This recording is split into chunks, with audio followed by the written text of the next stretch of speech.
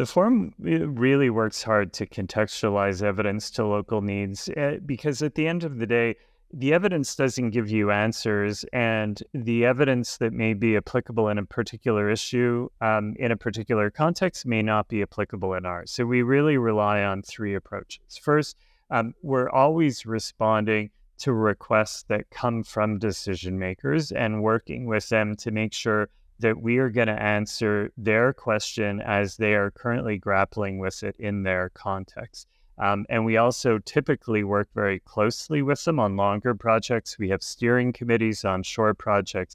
We have a couple of key touch points during the several days that we're actively working on a particular project to make sure what we're doing is highly contextualized to the environment that they're working in.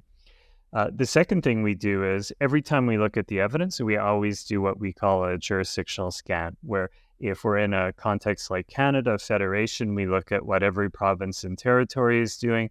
We also look at what common comparator countries are doing. So for the country level in Canada, we may look at Australia, the United Kingdom, France, a few other countries, and ask what are they learning.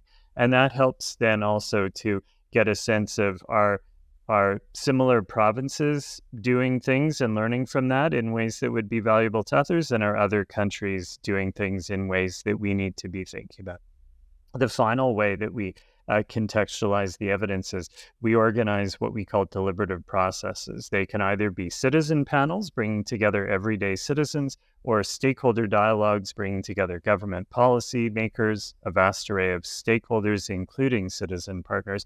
And that's an opportunity to add to a discussion about the evidence, a discussion about all of the contextual factors that need to be considered alongside the evidence and that will drive decision-making in very powerful ways. So that's an effort to put the evidence alongside all of these other contextual factors. So context, absolutely essential. We need to say, here's what the evidence and often many other types of information have to say that we think is applicable in your particular local environment.